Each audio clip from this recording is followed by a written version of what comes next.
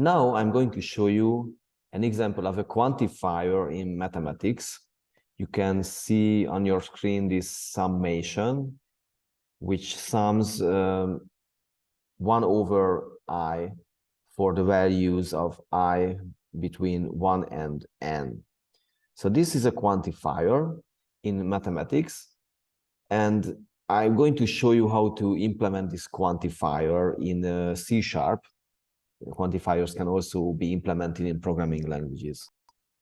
Yeah, so basically, quantifiers can be implemented as functions. In this case, let's use integers.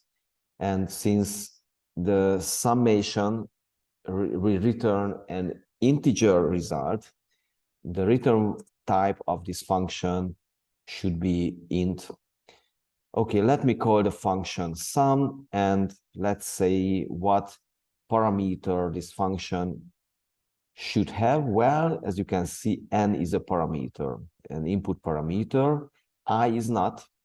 I is a variable which is only used inside the quantifier.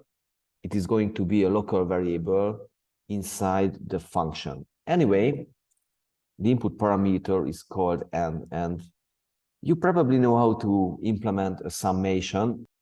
Let's just introduce a summation variable, since now, now the result will be not an integer, not always an integer. It will probably be a fraction. So let me just use a floating point type as return value, and then I need a double typed variable for the result, which is initialized to 0. Then how to do the summation? I have to introduce a new variable I, initialize it to 1, and then increment its value until it exceeds n. Of course, this can be done by using a for loop. So I introduced this local variable I initialize it to 1, and then I run this loop until I exceeds the value of n. And then, of course, we need to compute 1 over I, like that. And we have to add this value to our sum. Finally, of course, after we ran the loop, we must return the result, which is inside the sum variable.